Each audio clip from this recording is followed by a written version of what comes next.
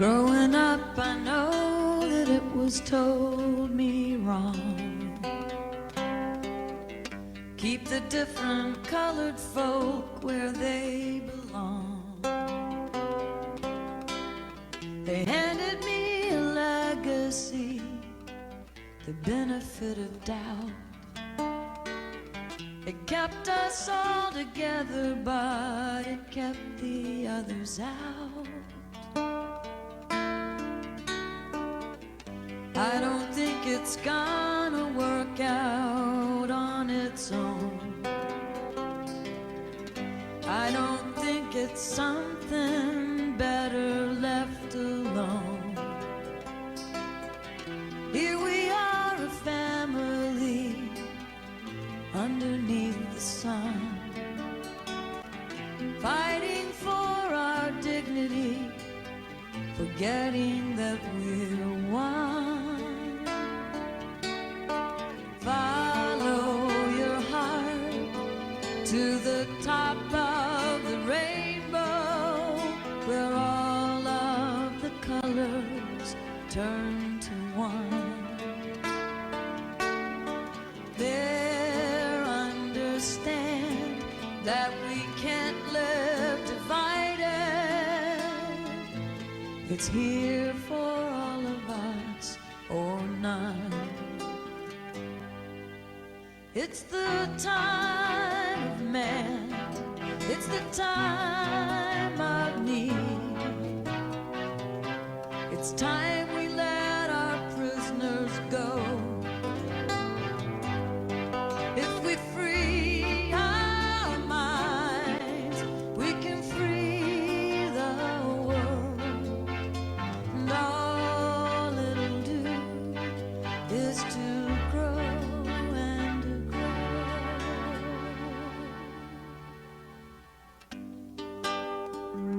Yeah, I know how hard it is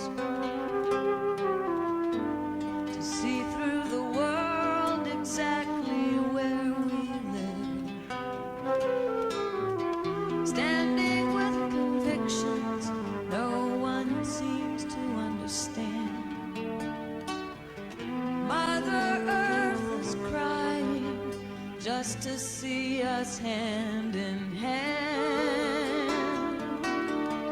Follow your heart to the top of the rainbow, where all of the colors turn to one. There, understand that we can't live divided. It's here for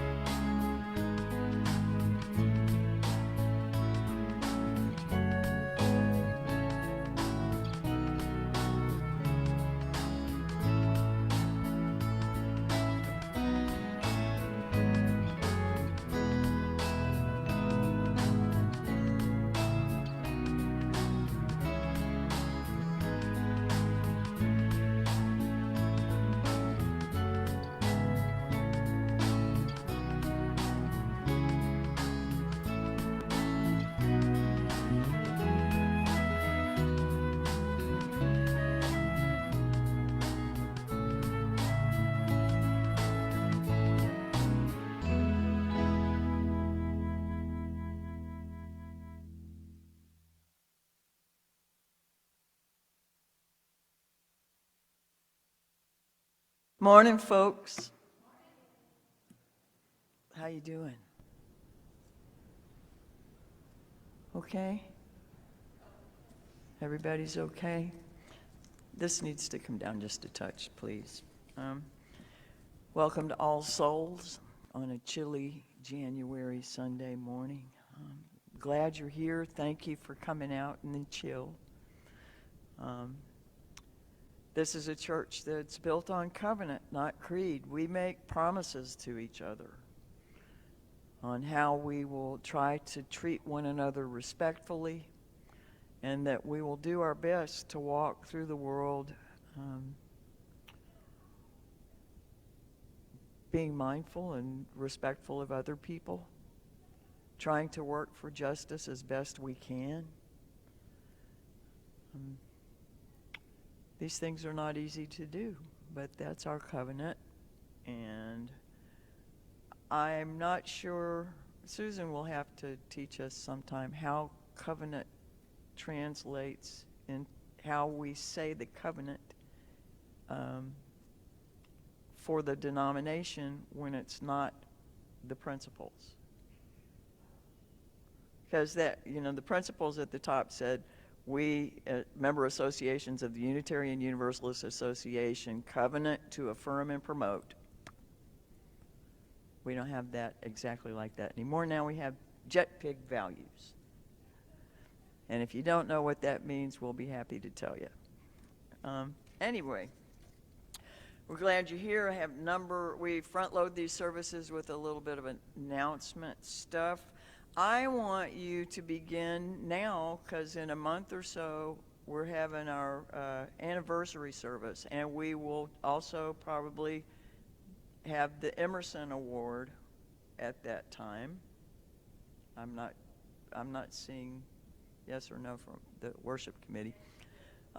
So the Emerson, you need to be thinking about who you would like to nominate from the broader community, not a member of this church, for the Emerson Award as someone who exemplifies Unitarian and Universalist values out there.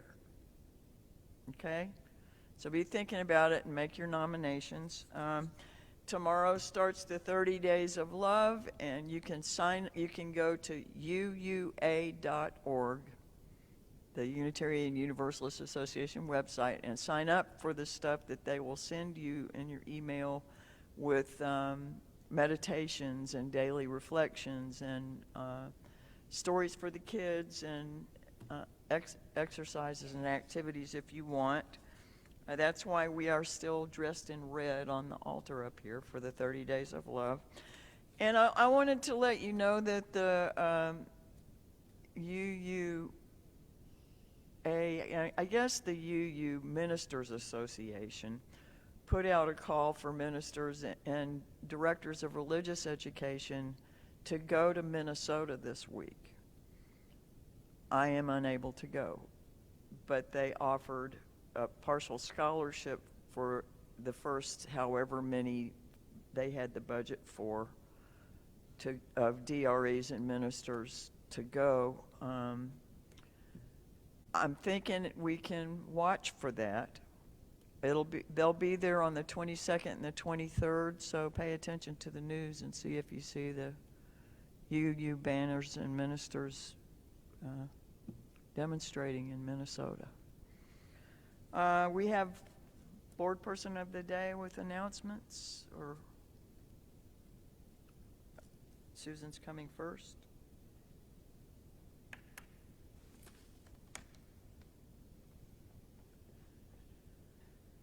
Our board person of the day graciously volunteered to do it again this week, so I volunteered to do announcements since she did last week. Big thing, World Religion Day is coming up a week from today, next Sunday. That is a celebration at the Highland Center, which is at 520 Olive Street, the place we go to do the Highland Blessing Dinner. There is there'll be table displays in the gym area where we usually have the dinner, and then in the chapel, where you've probably been if you've been a table host, where you go and wait with the guests. In the chapel throughout the afternoon will be panel discussions on various big questions. And so I really encourage you to come out for that. And if you are interested in staffing the All Souls table, I know one person has already talked to me.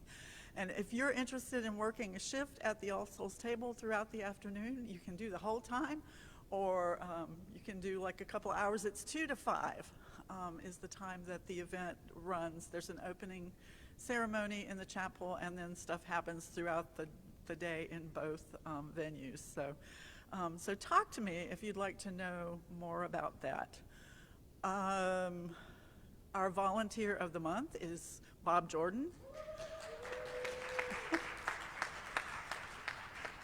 For all of his musical help with services, for singing in the choir, for over the years, various things, having served on the board, having been a regular at Building and Grounds, a regular at the Highland Blessing Dinner, all kinds of good stuff. So we appreciate you very much, Bob. Our Giveaway the Plate is the Volunteers for Youth Justice.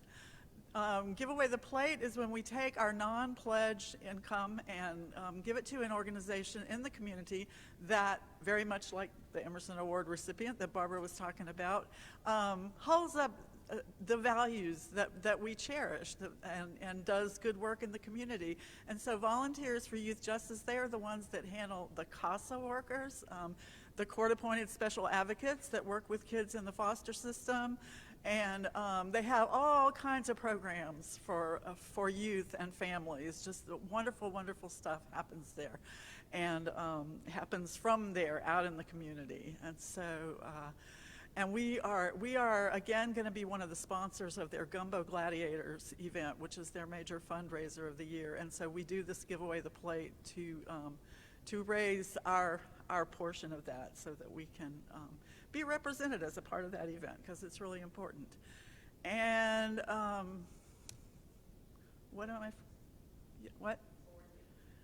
the congregational meeting will be February 1st. The one that was the one that was scheduled today has been moved to February 1st. We just felt like there are still several pledges outstanding that we know people are good for it, and we would rather get in touch with these people in a more relaxed and diplomatic way than calling everybody at the last minute yesterday. So if you have not turned in your pledge for this year, there are 2 ways to do it. You can fill out one of the paper forms in the foyer, or I think there are little posters up and around with a QR code that you can go online and make your pledge. That helps us budget for the year. If you somehow cannot fulfill the amount that you pledged, by all means, you can adjust it as the year goes by.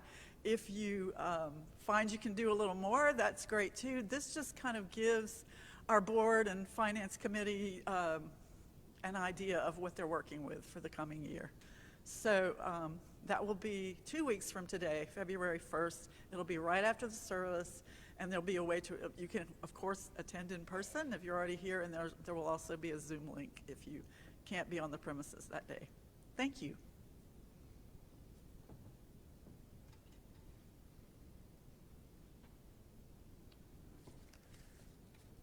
So now, if you will,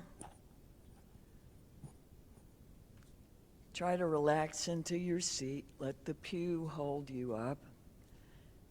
Take a few comfortable, deep breaths. Try to get your mind in the same place that your feet are.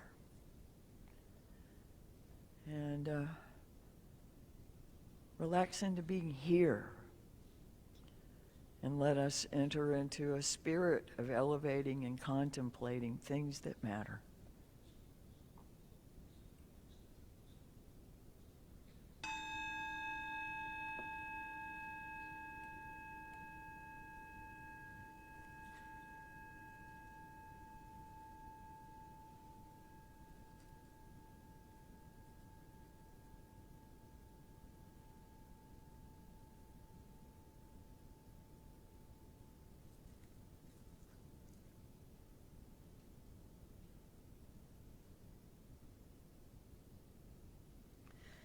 Come into this circle of love and justice. Come into this community where we can dream and believe in those dreams. Come into this holy space where we remember who we are and how we want to live. Let us dream dreams of all that we can do together. We summon ourselves to attend to our vision of peace and justice, of cleanliness and health, of delight and devotion, of the lovely and the holy, and of who we are and what we can do. We summon the power of tradition and the exhilaration of newness, the wisdom of the ages and the knowing of the very young. We summon beauty, eloquence, poetry, and music to be the bearers of our dreams.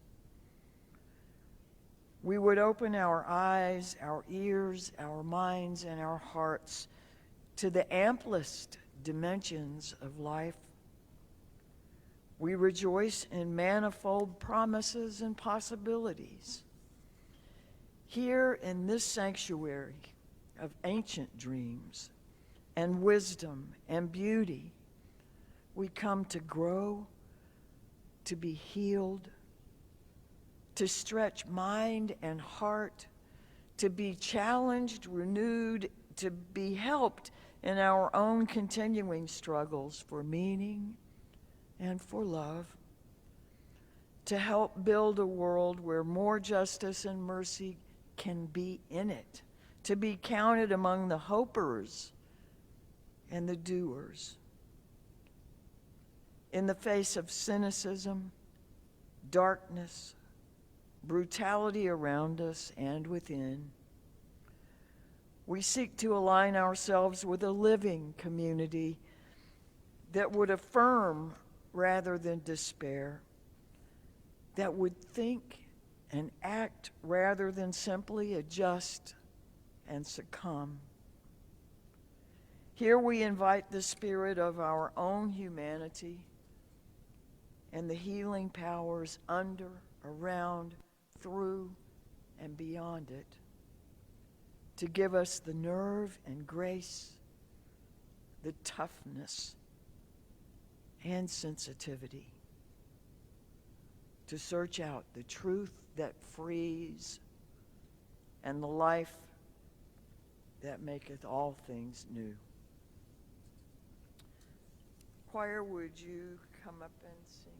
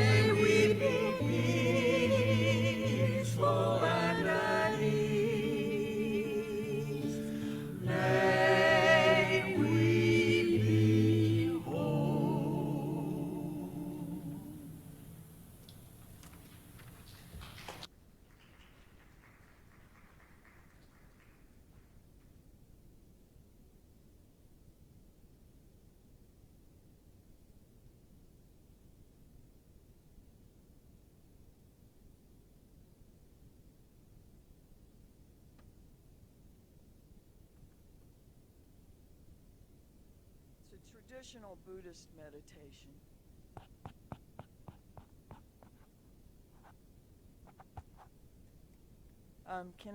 It's still not very, but it needs to come up some, please. It's different. I'm sorry. Can I get kids to help? You beat me to it.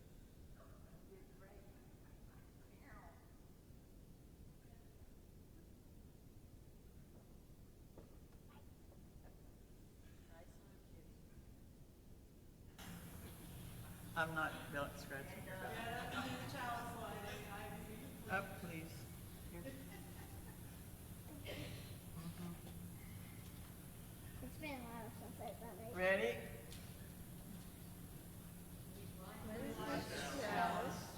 Celebrate Unitarian Universalism. This is the Church of the Open Mind. This is the Church of the Helping Hands. This is the Church of the Loving Heart.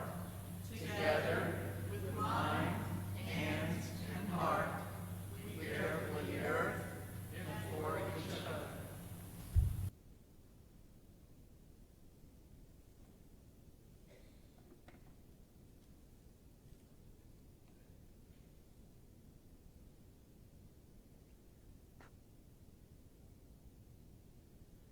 The poet Langston Hughes has written, "Hold fast to dreams, for if dreams die, life is a broken-winged bird that cannot fly."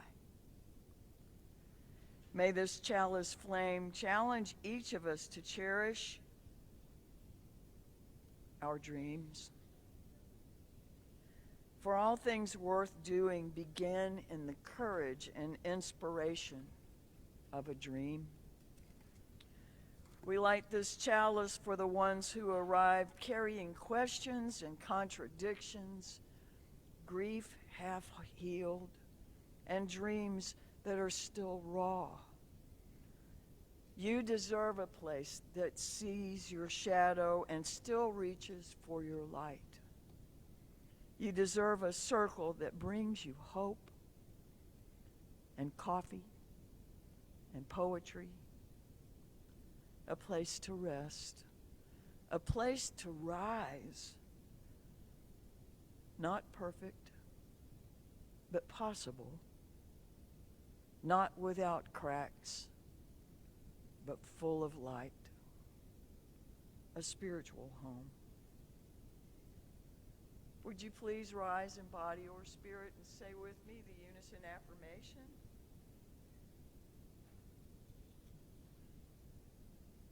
Love is the doctrine of this church. The quest for truth is its sacrament, and service is its prayer. To dwell together in peace, to seek knowledge and freedom, to serve human need to the end that all souls shall grow into harmony with the sacred. Thus do we covenant with each other. If y'all want to just stand up here, don't have to climb back up here.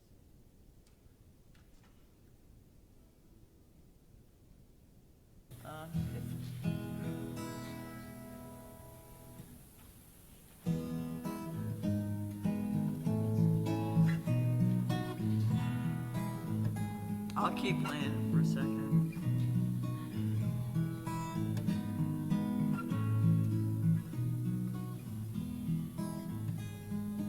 Ready, go. I can work for peace and justice to make it more than a dream. If every day I do what I can to live respectfully, I can work for peace and justice. It's easier than it might seem to change this world one step at a time till everyone's happy and free. If I come to the tables where freedom speaks, There I must remember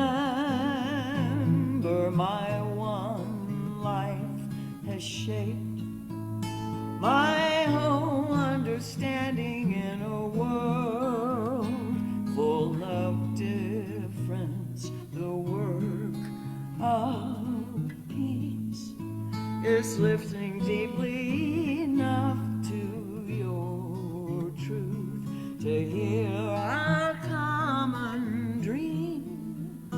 If I come to tables where freedom speaks, there I must remember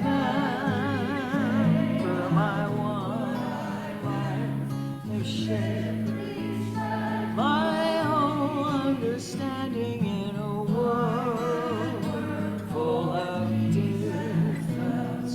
The word of peace is listening deeply enough to your truth to hear our common dream. Thank you. Please be seated.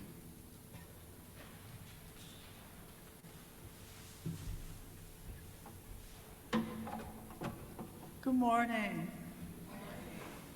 We are in our part of the year, our season of emphasis on world religions. And before I tell you the story, I just want to ask, why do we study world religions? Why is it important to learn about?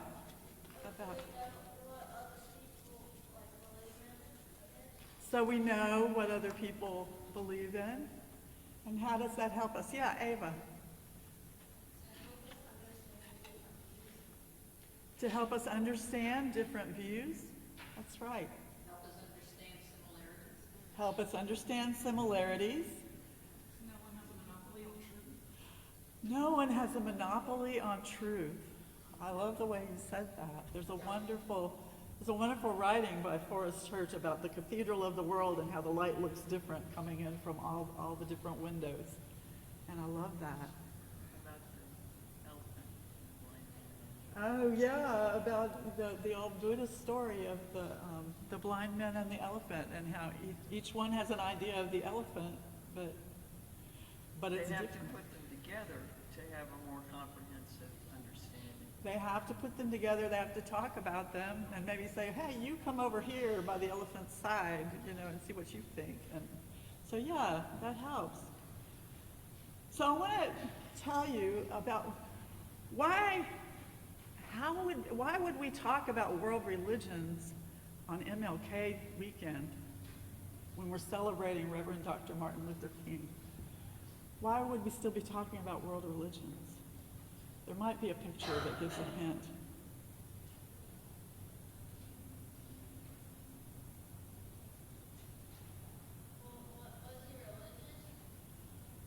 Yes, he definitely was. He affected Gandhi. Yeah, he was definitely religious. Dr. King was a Baptist preacher. And he admired, is the picture up? Okay. Do you know who the other man in the picture is? Well, there's two other men in the picture, actually. Gandhi, yes, Mahatma Gandhi. Yeah, there you go. Yeah, Ava, were you going to say something? Oh, okay, okay. So Gandhi was very influenced by Jesus, even though Gandhi was a Hindu. For Gandhi, he said that Hinduism was his choice because it's how he felt most at home in the world. But at the same time, he read and respected holy books of all traditions, and he said he didn't really quite understand Christianity because he'd had some bad experiences with Christian missionaries, unfortunately. But he loved Jesus, and he loved the message of Jesus, and he said that Jesus led a movement of nonviolent resistance. And I want to talk about that a little bit. We're still on a Bible study adventure in the adult religious education program, and we've been talking a lot about Jesus and what he said and the kind of ministry that he had. Jesus really was an advocate of nonviolent resistance, and that's very different from either violent resistance, and yes, somebody will say, yeah, but he could flip some tables. Yes, he did. He flipped some tables, but he didn't flip people, as far as I know. He didn't hit anybody or hurt anybody physically. But nonviolent resistance is not violent resistance, but it's not passive acceptance either. And just as Jesus once said, if a man strikes you on your right cheek, turn the other cheek. Well, I heard a scholar named Marcus Borg one time, and he talked about that because people so often over the years have taken that to mean just accept it, just go along. But the thing about it, he said, in the culture of the time, a person would have, if they were going to strike you on the right cheek, they would have to backhand you with their right hand because they weren't going to use their left hand for anything but, personal matters. So, so they would backhand you with their right hand. So if you turn the other cheek, now they have a choice. They either stop hitting you or they have to punch you as if you're an equal. They either have to use the left hand, which again is not, or they have to punch you as an equal. Now it's still very violent. This is still a very violent thing, but this is not the same as giving in. It's not the same as saying, hit me, beat me, I don't care. It's saying, I'm going to stand here, and sure, if you hit me again, you're going to have to hit me as your equal. And that is an example of nonviolent resistance. And so Dr. King, who was a Christian, who already admired Jesus, just as Gandhi did, he was a Baptist minister. His dad was a Baptist minister, and he went into the ministry just like his dad. And he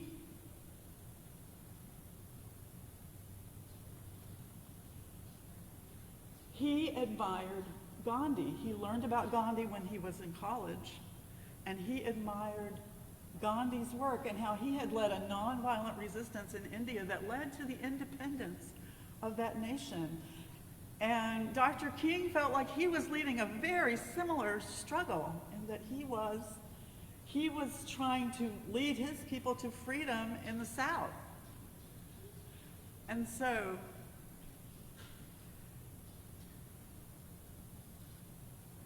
he admired Gandhi for the nonviolent resistance that he advocated. And so the children and youth are going to learn a little bit more about this today in their class.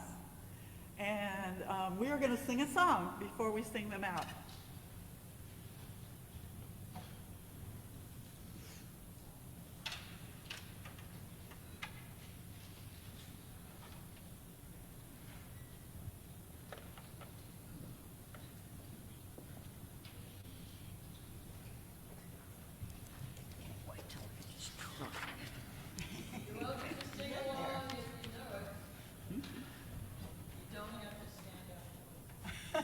Unless you want to. Look on yours.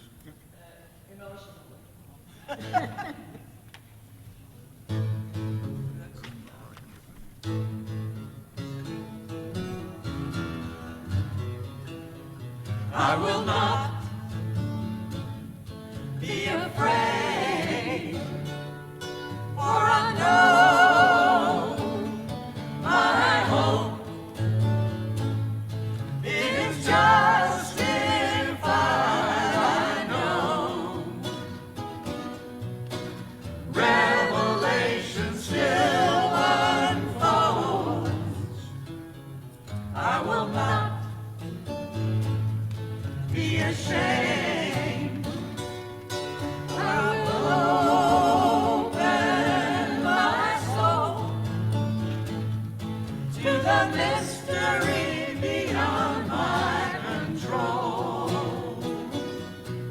The love that makes this broken world whole. There is only so far down the road the body can see.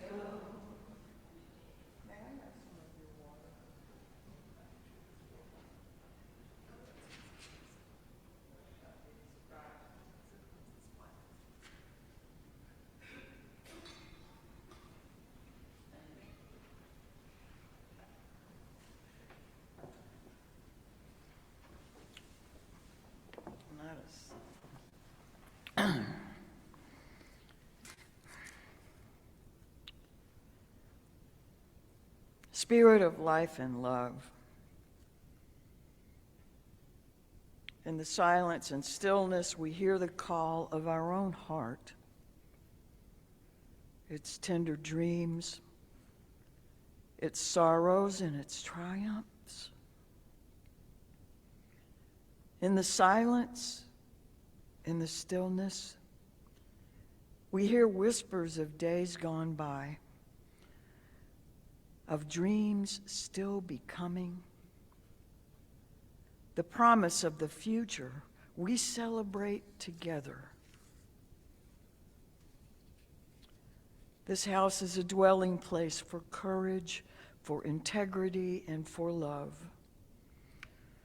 May all of the words spoken here be born of love and energy rekindle in the hearts of those who dream this house and actualize that dream.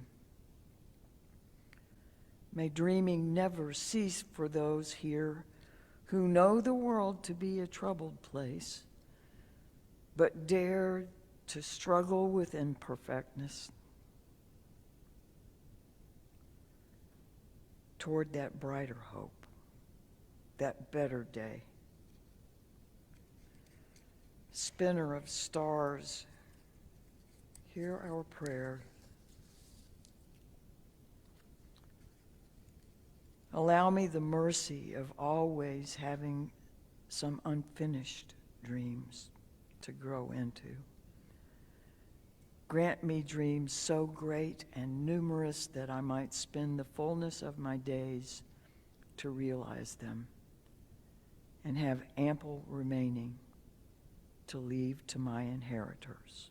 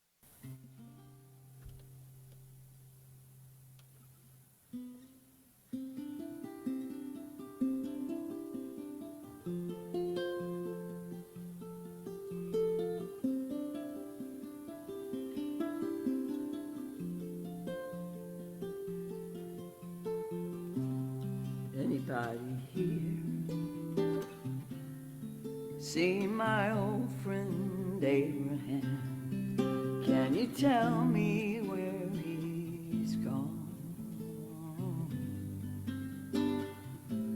He freed a lot of people, but it seems the good they die young.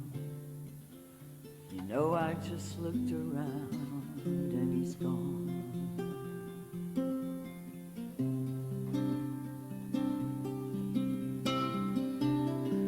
Anybody here see my old friend John? Can you tell me where he's gone? He freed a lot of people, but it seems the good they die young. You know, I just looked around and he's gone.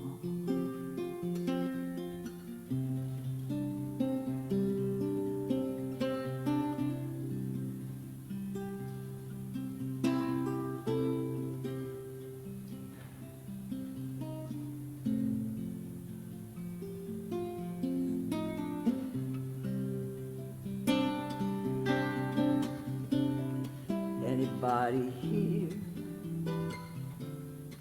see my old friend Martin? Can you tell me where he's gone?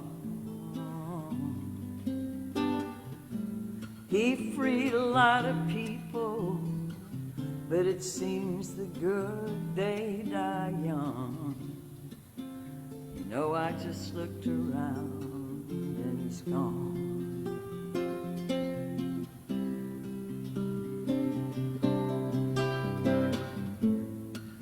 Didn't you love the things that they stood for?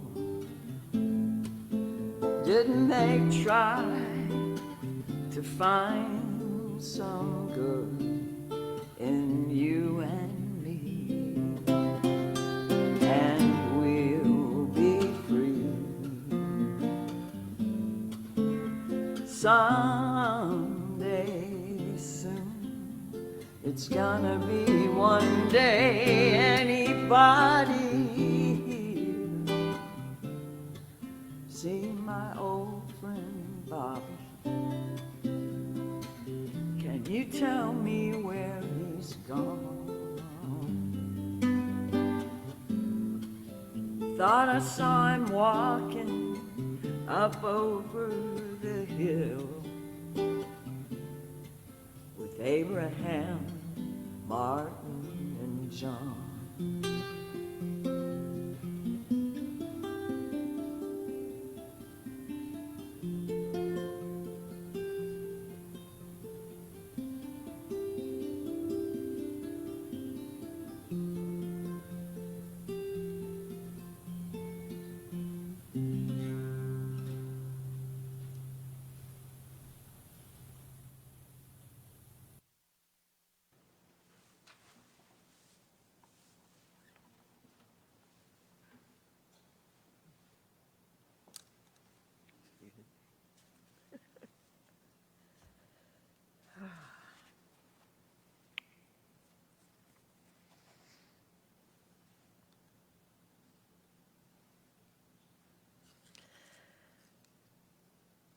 Tomorrow, as of right now, remains a national holiday.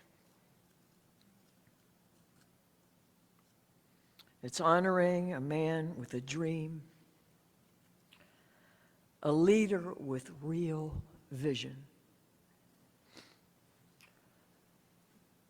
Reverend Dr. Martin Luther King Jr.'s dream for America was a vision of a racially integrated, just, and harmonious nation where people are judged by character, not skin color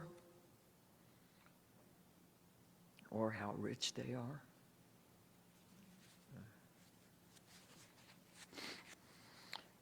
A place where they can all enjoy the inalienable rights of life, liberty, and the pursuit of happiness, rooted in the Declaration of Independence and constitution, demanding an end to segregation and discrimination for true freedom and economic equality for all. Such a profound contrast with any current figures who may have dreams of becoming a king. Thinking about Reverend Dr. King and his dream and the apparent dreams of being king that we are currently confronting on a daily basis, if you'll forgive me for saying it, made me think more generally about the dreams of kings. There have admittedly been great and conscientious kings through history, though of course we may not always know the slant of the historians who recorded those tales in earlier periods. Still, we understand that dreams of being a king can also symbolize ambition, power struggles, or desires for elevation.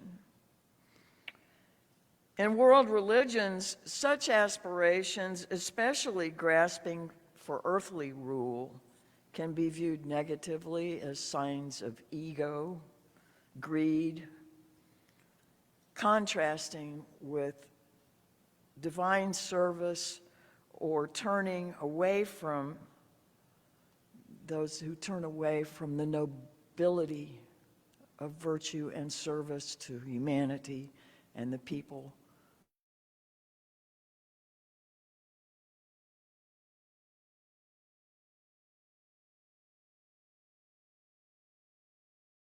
Care for and protection of one's subjects.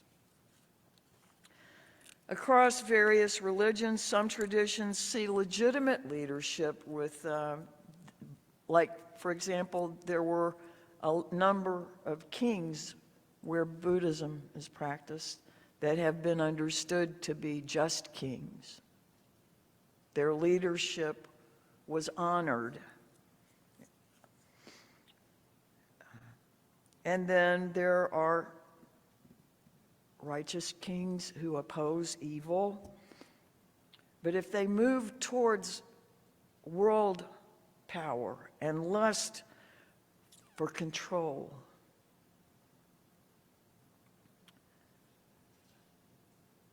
they take a different place in history. In the Buddhist Jataka tales, there are warnings in Hinduism and the Jataka tales, but also in Islam against pride and seeking high status. In Hinduism, the texts of the Bhagavad Gita warn against attachment to worldly desires like kingship and power, which bind one to the cycle of rebirth. And the focus of the duty is to selfless action, not personal glory. The teachings of the Bhagavad Gita are believed by some to be dated about 3000 BCE, before current era, though they were not actually written down until somewhere around the 5th or 2nd century BCE. In the Quran and Islamic tradition, King Nimrod, or Namrud, it's both ways, who was between 2300 and 2200 BCE, is a tyrannical king of Babylon, a mighty ruler who claimed divinity and defied Allah, famously confronting the prophet Ibrahim, or Abraham, who preached monotheism. The story recounts Nimrod's arrogance, his attempt to kill Ibrahim by throwing him into a fiery pit from which Ibrahim was miraculously saved, and his subsequent quest to build the Tower of Babel, a massive tower to reach the very heavens and challenge God directly, ultimately leading to his downfall by a small insect, a mosquito, or a gnat took down that king. That, the Quran says, was sent by Allah to punish him for his hubris. Also in the Quran, a pharaoh in the time of Yusuf, between 2000 and 1600 BCE, I'm trying to move forward in the timeline, is known to be fair and wise and a just ruler who listens to counsel and acts for the welfare of the subjects during a time of famine.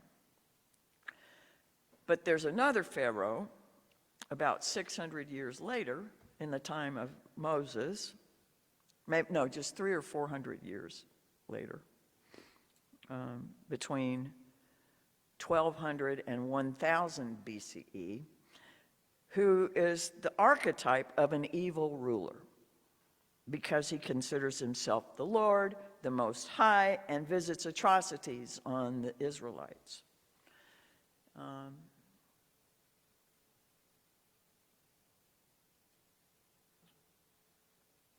But I'm talking about the dreams of kings, not just their character. And in the Hebrew Testament, that Christians call the Old Testament, Daniel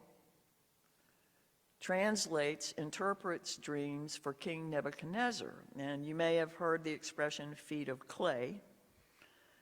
Feet of clay is from that dream, or one of those dreams, where he dreams of this statue with a gold head and clay feet, and it symbolizes the collapse of empires. But in Daniel's interpretation, it's a warning of what might happen, not prediction. And then something like 600 years after that time, maybe close to the time of Daniel, after the time of Moses, maybe close to the time of Daniel, the Jataka tales are dreams that Buddha interprets for King Pasenadi of Kosala. There's 16 dreams that Buddha interprets, and a number of them were understood to probably going to come true 2,500 years after the time of Buddha. 1957 was the date that they thought this stuff might start happening.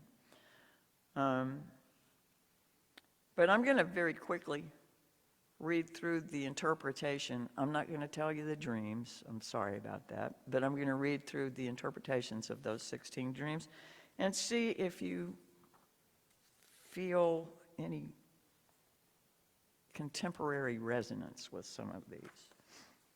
Dream 1, wicked kings will cause drought despite gathering clouds.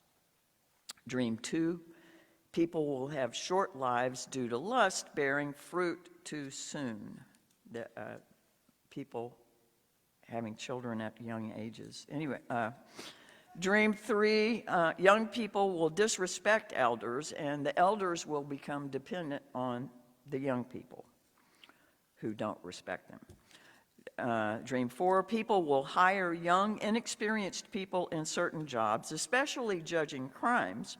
Not being able to work well, the young people will quit the jobs, and the old people will not reapply for their previous positions, which lead to the demise of a country. Inexperienced leaders will oppress noble ones. Dream 5. Evil judges will take the bribery of both the defendant and the jurors, and they will decide the crimes however they want. And young women will dominate men, according to another translation of that same dream. Yeah. Young women, Susan.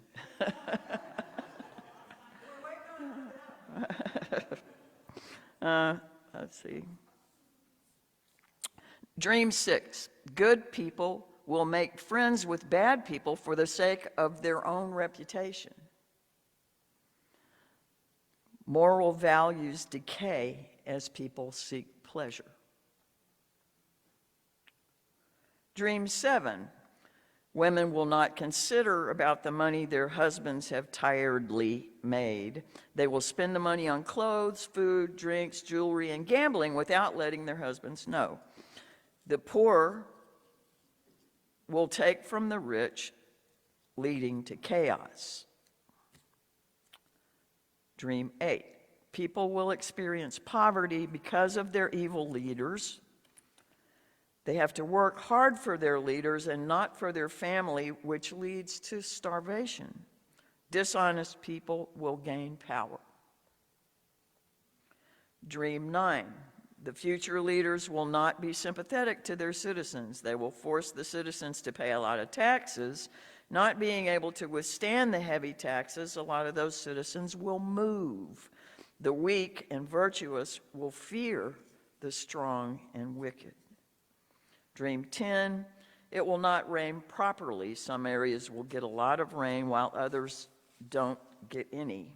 Such a rain destroys certain crops and results in crops of different qualities, although they are grown in the same field. Society will become unstable and unsettled. Dream 11, people will spread Buddha's teachings, asking for donations, and spend what they are paid for their own benefit.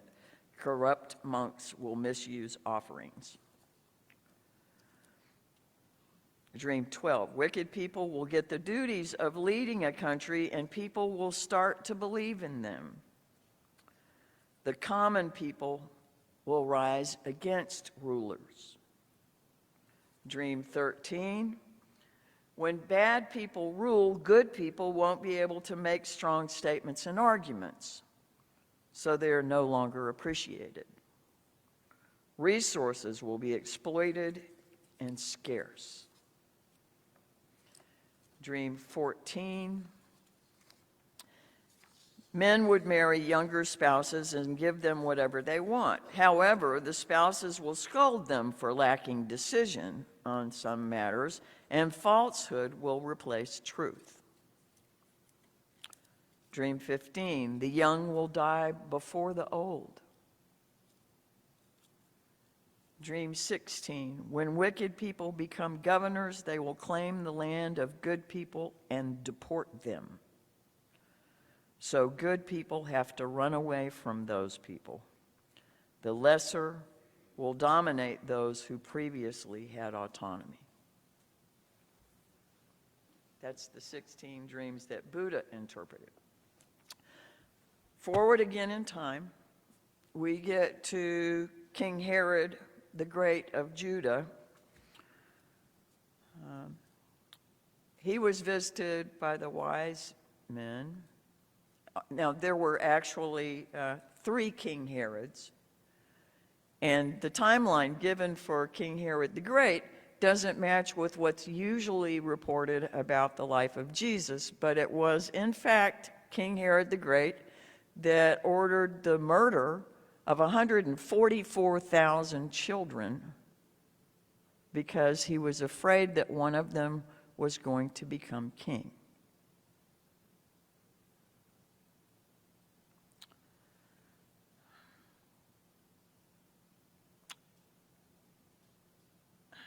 In the current era, there have been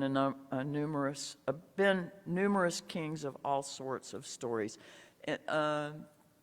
The pagan kings of the 5th to 13th century were defenders of their traditions against the intrusion of Christian soldiers. And then there are the myths of King Arthur and such good kings.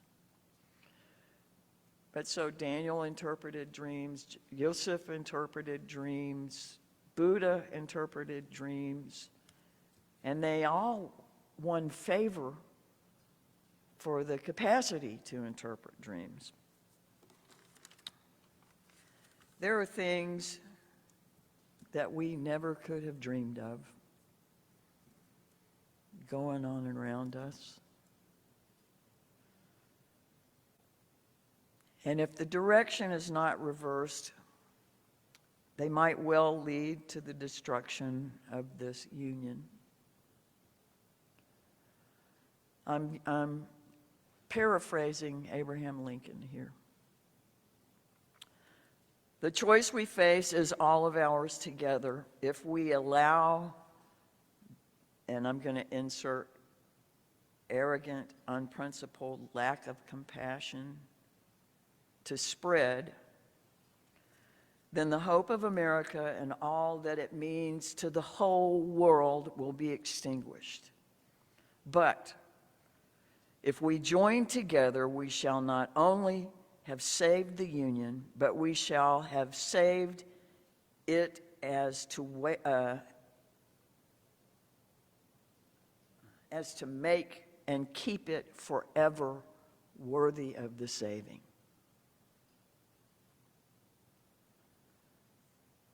Our values, our principles as Unitarian Universalists are not easy. Justice is not easy. Coming together can be grueling work, depending on who you're trying to come together with. But if we aren't people of big enough character to accomplish it, who in the world will be?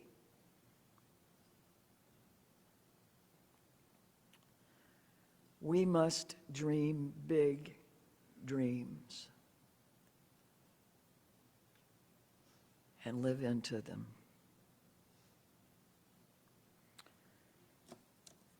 Our closing hymn is "We'll Build a Land," which is taken from the passages in the Hebrew Testament of two prophets, Isaiah and Amos. The words were compiled by Barbara Zanotti, and Carolyn McDade, who wrote the song "Spirit of Life," composed the music. Will you please rise in body or spirit?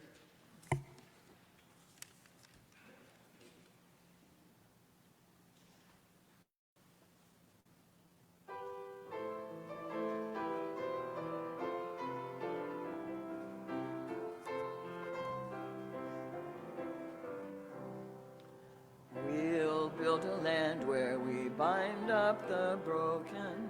We'll build a land where the captives go free, where the oil of gladness dissolves all mourning. Oh, we'll build a promised land that can be. Come, build a land where all is one family, anointed by God, may then create peace, where justice shall roll down like waters, and peace like an ever-flowing stream. We'll build a land where we bind our good tidings to all the afflicted and all those who mourn, and we'll give them garlands instead of ashes. Oh, we'll build a land where peace is born.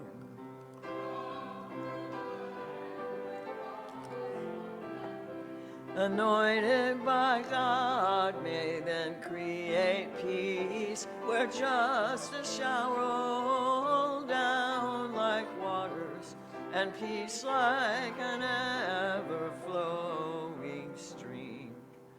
We'll build a land, building up ancient cities, raising up devastations from old, restoring ruins of generations. Oh, we'll build a land of people so bold.